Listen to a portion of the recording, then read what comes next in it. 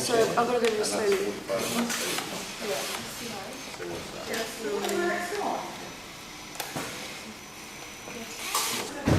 What?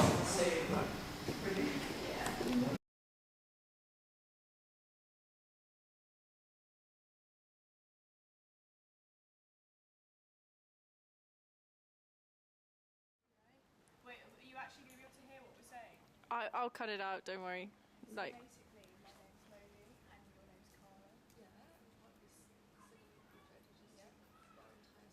Yeah. Yeah, we're building stuff with encapsulates. Do we start from the very beginning? no, I can cut it together. I'm Carla. And I'm Lodi. We're part of the Naughty Nest team. So yeah, I picked up this project with the rest of the group because I just really enjoy making. I thought it was such I love being part of a project that actually exists in the real world, and to be able to do that at such an early age, such an early stage of our education is just so cool. Yeah, it's really cool. I don't know what to say. That's What do I talk about? I'm very camera shy. I like that what we're building is actually going to be used and sustained there for a long period of time. It's not just going to be kind of made and next onto the next thing. It's actually going to mean something. Exactly, and that's a fun thing. I think the nice difference between foundation projects and this project is that those feel more temporary. Yeah, we did the whole 10 project, but the fact that this can be a permanent structure for up to 5 years, and we have to think about and consider the lifespan and what will happen to the pieces after the material, how that's going to be recycled. I think that's so interesting.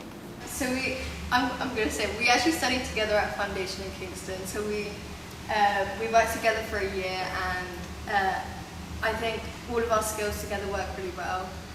Yeah, we did 3D, and then we had a couple of MA students come in and sort of propose this project to us and see if we wanted to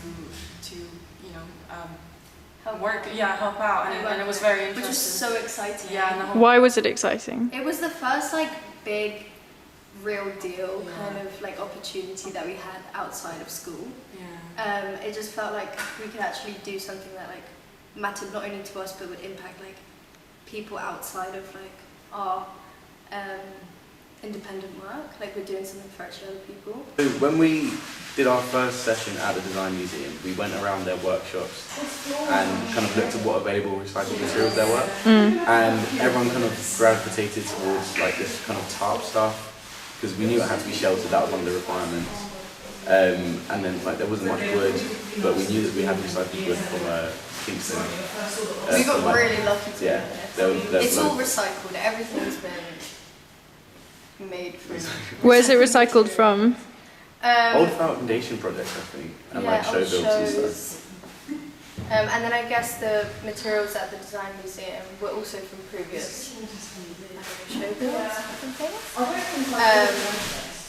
But we had a few ideas, we were shown the site where we were going to build it, and it was a really rough site. It was completely uneven ground, trees in the middle of it and around it, and it was tiny, and it just it was very limiting, but we had to figure out what the strengths of that site space was.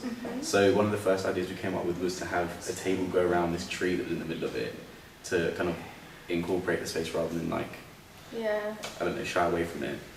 Which led on to the nice idea and linked to the idea of a nest space, and a sense of enclosure and community. The designs changed so much. Originally, the design was that we were going to have separate benches, in a semicircle formation around the space. This is actually which is what this was. Yeah. But then, after getting some feedback, it just didn't really work, and they wanted to incorporate plants a bit more. So that's kind of what led us on to making the design that we ended up kind of going with. Yeah, But big planter. things like side tables are full of design the whole way through, so that people can kind of get in and out of it if they have kind of mobility. Because there are going to be workshops around the space, it's good to have places to put things and stuff. So aspects of that have stayed, as well as the tarp. The tarp is now attached to our bench, so that it can still be sheltered.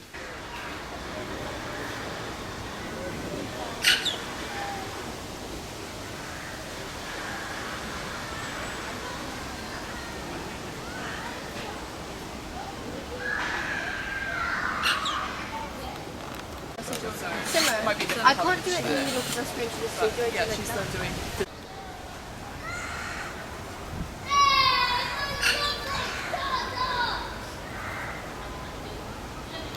These are so cool.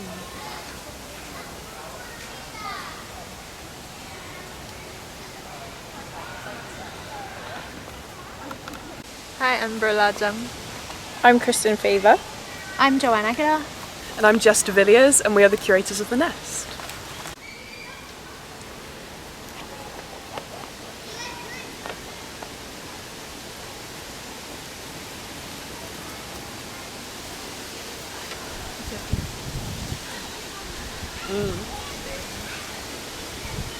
Hi, my name is Nao. I am Assistant Curator of Public Practice here at the Design Museum, and together with my colleague Imelda, as part of the learning program, we commissioned the Nest as part of a pilot program that we are trialing this year for the first time. The museum has a partnership with Kingston University in which the MA Curating Contemporary Design is carried together, and we prepare a brief every year to produce a hypothetical public program for the museum for the students to develop. And this year, for the very first time, we decided to dedicate some of our community's budget to make one of the student projects actually take place. The brief this year involved the students developing a public program in the garden that would allow a group with special access needs to enjoy the garden and to have a close experience to the intersections of design and nature. And the winning project is the Nest, which is a fantastic installation in the garden that is especially designed to cater for the needs of people with dementia and their carers. We're so excited to have it activated with this specific community visiting the space. And for the museum, it means a lot to have a space that can cater for the needs of this community. It's not a community that the museum has yet developed a strong relationship with, and we're hoping that this installation will be the beginning of a very strong relationship with our local communities of people with dementia and their carers, and we're very excited to welcome them at the museum.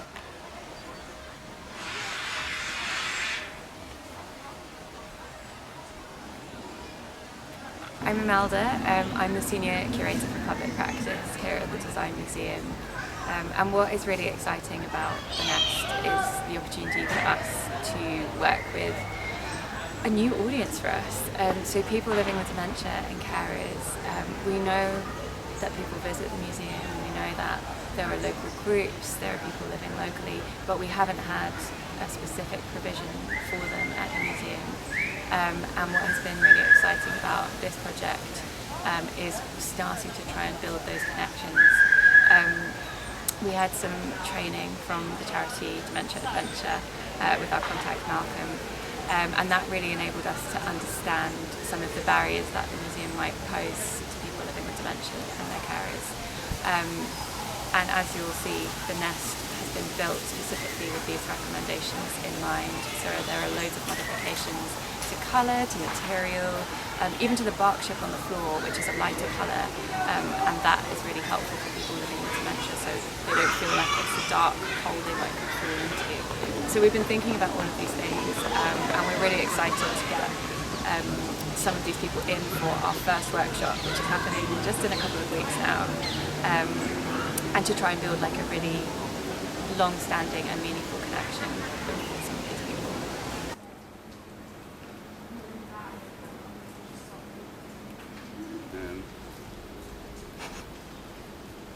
Oh, you might have turned up.